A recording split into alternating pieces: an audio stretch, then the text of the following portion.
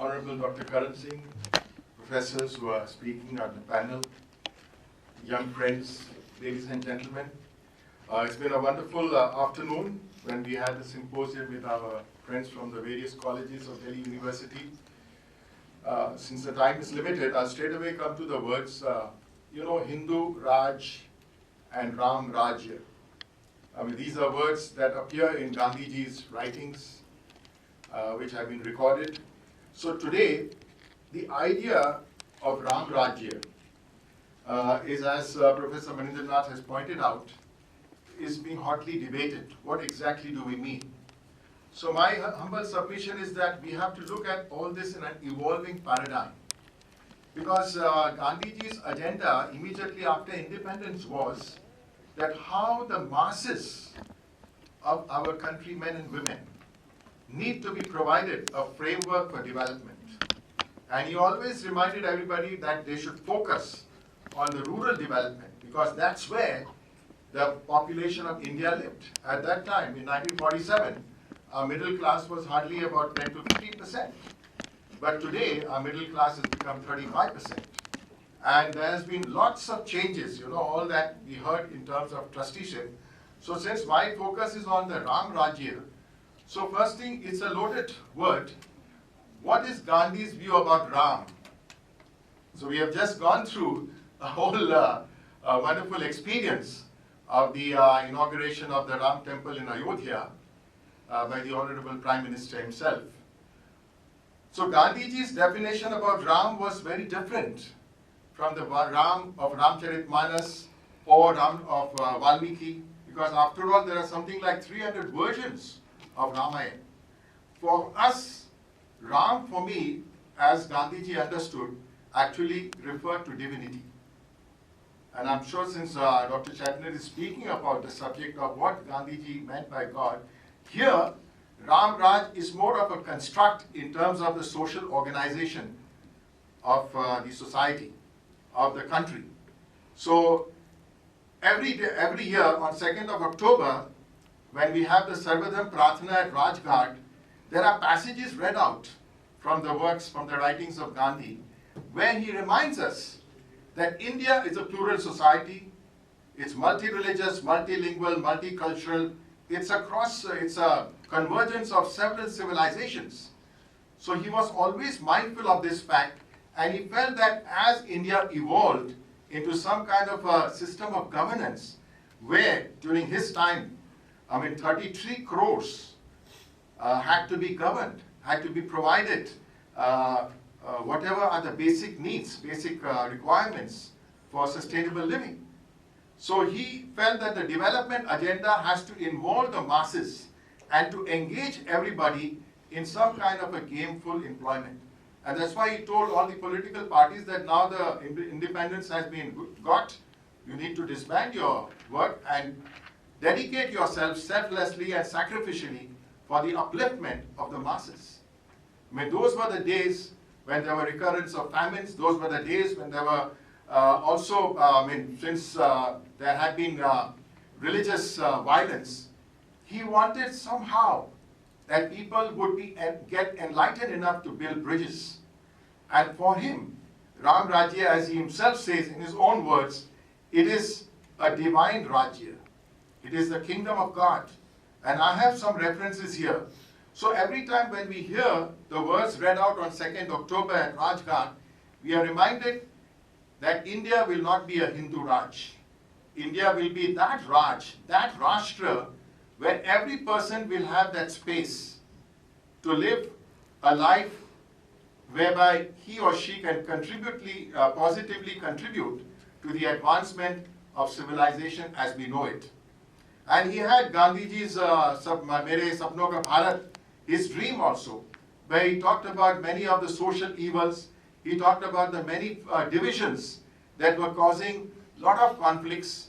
He worked very hard to remove the ideas of untouchability, how to eradicate poverty. So all of these things were part and parcel of his development agenda, which for him would be the true elements of Ram Rajya. If Ram is that supreme divinity, then under that supreme divinity, under that a system of, it would not be a theocratic state, but it would be some kind of evolving system of governance where every person would feel, every Indian would feel, every Bharatiya would feel that this is his land. This is his country. This is where he can really work with the spirit of freedom, with commitment, with selflessness, and bring about transformation.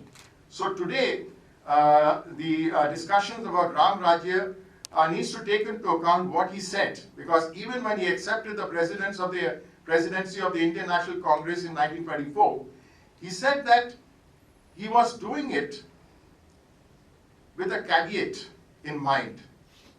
Not the religion of the superstitious and the blind, religion that hates and fights, but universal religion of toleration. Politics without morality is a thing to be avoided. And then one more statement I'd like to make, because we don't have much time. He says that the Ram Rajya is undoubtedly one of true democracy, in which the meanest citizen could be sure of swift justice without an elaborate and costly procedure. And then he says, even the dog is described by the poet to have received justice under Ram Rajya. So this is from Young India. And Gandhiji, until the end of his life, asserted the multi-religious ethos of the country when he said, my Hinduism teaches respect for all religions. In this lies the secret of Ram Rajya. So this exploratory journey of how India, a land now of 140 crores, an India that is now on the threshold of becoming the fourth biggest economy in terms of GDP, and soon going to reach the third. And then an India that's on the trajectory of what we call becoming a developed country. So this Amrit Kal ki Vela mein, एक विकसित भारत, एक समृद्ध भारत, एक समृद्ध और उज्जवल भविष्य की ओर हमें सबको जाना है.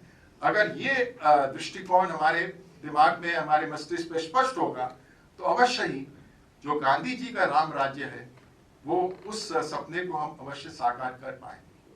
So it is with this kind of broad horizons that we need to move forward.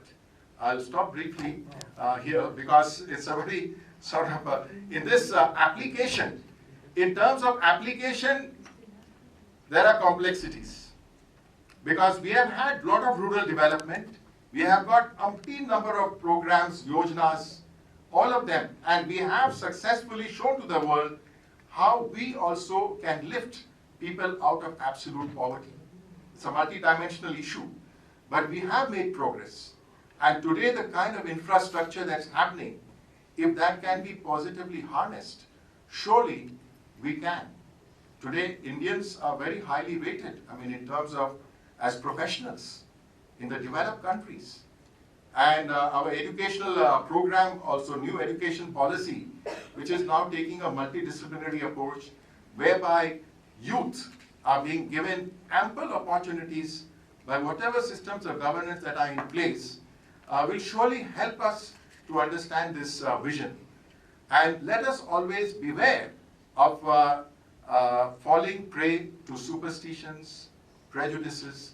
Let us always welcome our fellow human beings, regardless of what their background may be, with trust, with a positivity, to show that we can work together. Because if India's message of Vasudhaiva Kutumbakam is linked to this concept of Ram Rajya, then we truly are in that enviable position among the Committee of Nations, whereby we can show that here's a country so huge, so complex, so diverse, so complicated also, but is able to live together.